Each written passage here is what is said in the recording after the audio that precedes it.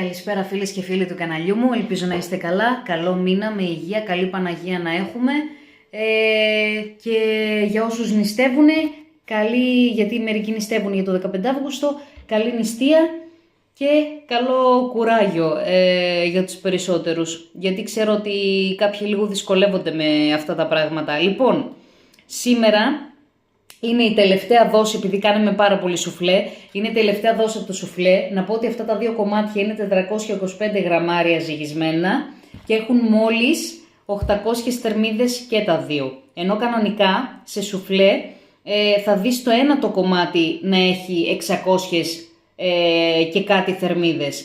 Και αυτό γιατί τα κάνουμε πολύ λιπαρά πράγματα. Εμένα το σουφλέ μου δεν έχει ιδιαίτερο λάδι και βούτυρο, και η μπεσαμέλ είναι από στραγγιστό γιαούρτι και αυγό, όπως είχα πει. Οπότε, δεδομένου αυτού, οι θερμίδες πέφτουν πάρα πολύ. Γενικά, όσοι θέλετε να κάνετε διατροφή, να δυνατήσετε, να φτιάξετε το σώμα σας, την υγεία σας και να βελτιώσετε το μεταβολικό σας ρυθμό κτλ., να ξέρετε ότι οι υδατάνθρακες το βράδυ δεν τρώγονται ποτέ. Οι υδατάνθρακες, αν θα φας.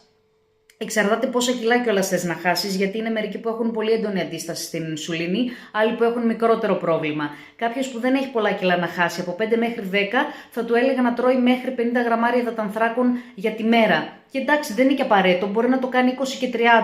Αν το κάνει 20 όμως μπαίνει σε κετογονική διατροφή. Με την κέτο χάνεις πολύ γρήγορα κιλά και σε βοηθάει πάρα πολύ. Στερεί σε ένα διάστημα κάποια πράγματα, όπως μερικά όσπρια και κάποια άλλα πραγματάκια, αλλά να ξέρετε, επειδή έχω κάνει πολλές διατροφές, η καλύτερη με διαφορά είναι η μεσογειακή. Η μεσογειακή είναι η πιο ισορροπημένη και πιο καλή. Εγώ έχω συνδυάσει μεσογειακή διατροφή με κετογονική. Τι κάνω δηλαδή? Το βράδυ, για να μην τρώω υδατάνθρακες, τρώω το μεσημεριανό μου. Τώρα εδώ πέρα θα φάω και τα δύο κομμάτια. Ένα θα φάω, εντάξει, είπαμε.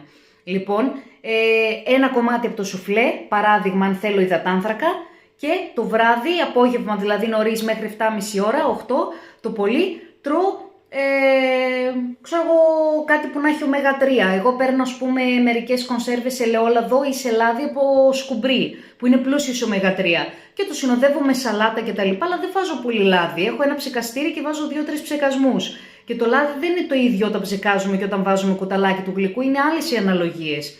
Είναι πολύ λιγότερο. 2 ψεκασμούς μπορεί να έχουν και 20 θερμίδες, σκεφτείτε.